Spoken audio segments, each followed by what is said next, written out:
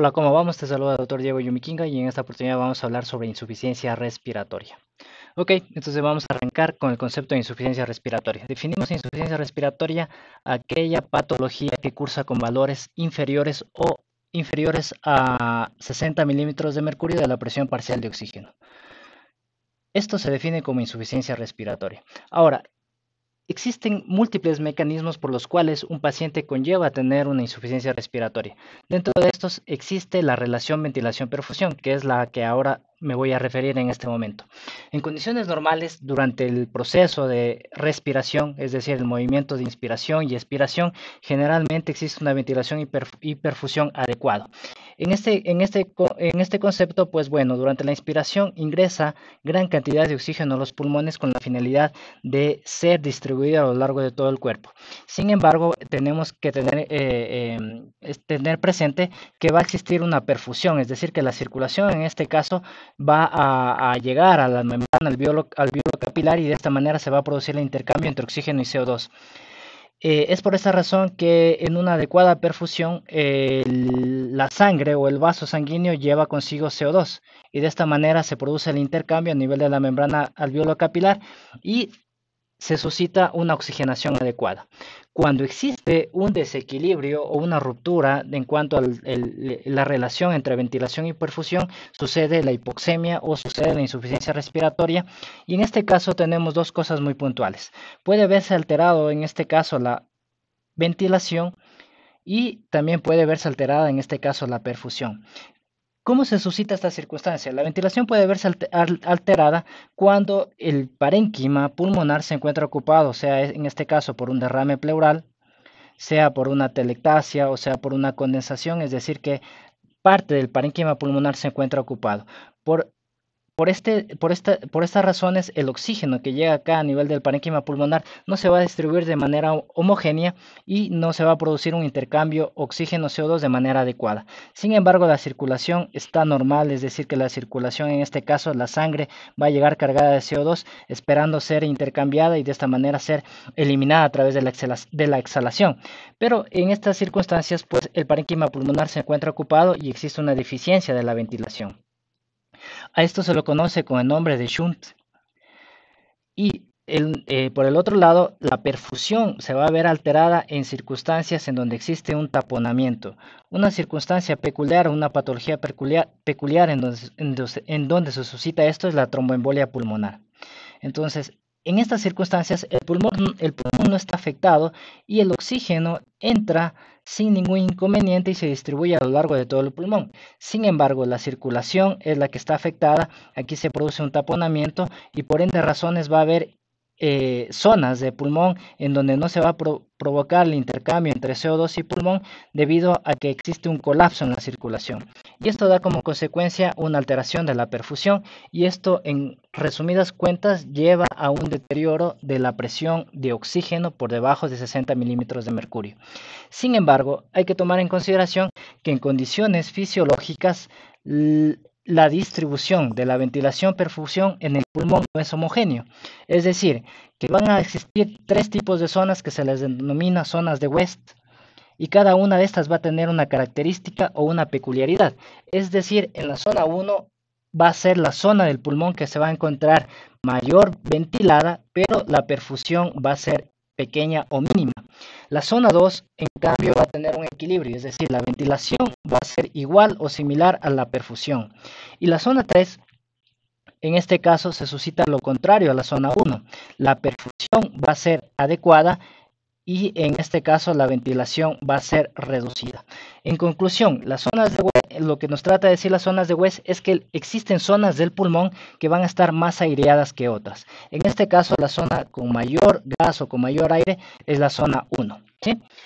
Esto nos sirve para poder definir la insuficiencia respiratoria en cuatro tipos. Hablamos de la insuficiencia respiratoria tipo 1 o hipoxemia o hipoxémica, perdón, que tiene que ver con deficiencia o deterioro, en este caso de la PO2. Hablamos de una insuficiencia respiratoria tipo 2 o denominada también hipercápnica y hace referencia a un aumento, en este caso, de la CO2. Conocemos como insuficiencia tipo 3 a la insuficiencia perioperatoria, y en este caso se suscita a aquellos pacientes que han sido operados y que posterior a ello tienen una insuficiencia respiratoria. Pero en este caso la situación es diferente. En muchos de los casos en donde se producen las operaciones y se suscitan posterior a las operaciones de insuficiencia respiratoria, se debe al colapso del alveolo. En situaciones normales, pues el alveolo tiene lo que denominamos PIP, que es la presión positiva al final de la aspiración, y es gracias a esta PIP o a esta presión positiva que evita que el alveolo se colapse. Cuando se suscita esta insuficiencia respiratoria tipo 3 o denominada perioperatoria, las máquinas o los ventiladores de anestesia generalmente no dan PIP. Por ende, no va a haber la presión positiva al alveolo y este alveolo colapsa. Y de esta manera se produce el colapso del pulmón y genera telectasias. Y esto conlleva a que el paciente tenga una insuficiencia respiratoria tipo 3. Y finalmente tenemos la insuficiencia respiratoria tipo 4, que se referencia a pacientes que se encuentran en estado de choque y por ende tienen hipoperfusión.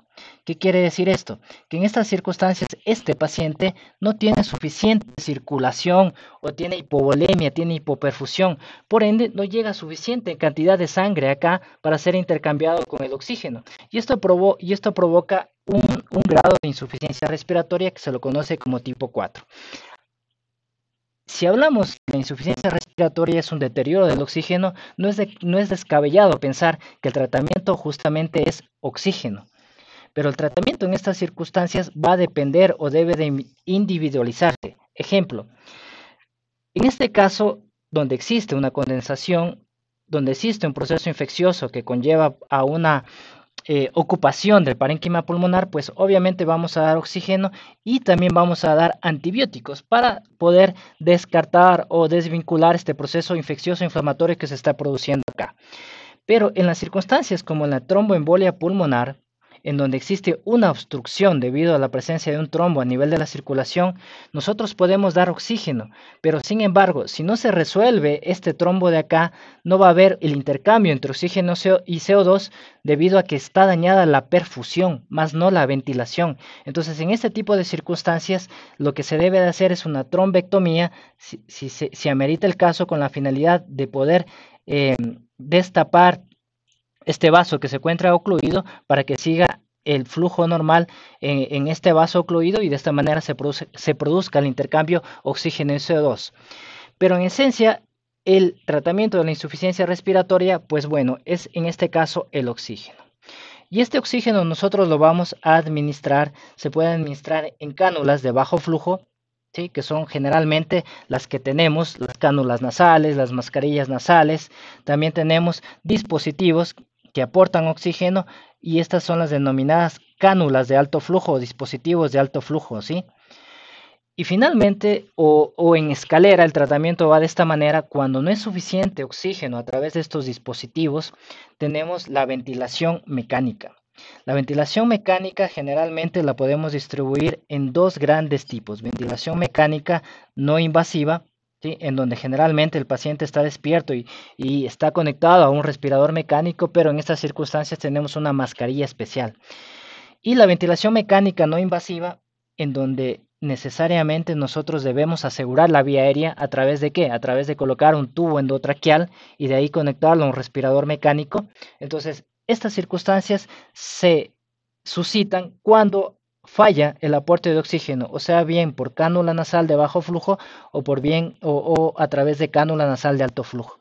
Y cuando la ventilación mecánica no es suficiente y el paciente sigue con una hipoxemia refractaria, sigue con insuficiencia respiratoria, queda como alternativa la conexión a ECMO o circulación extracorpórea. ¿Con qué finalidad? Con la finalidad de aportar mayor oxígeno al cuerpo que en esta circunstancia está cursando con una insuficiencia respiratoria.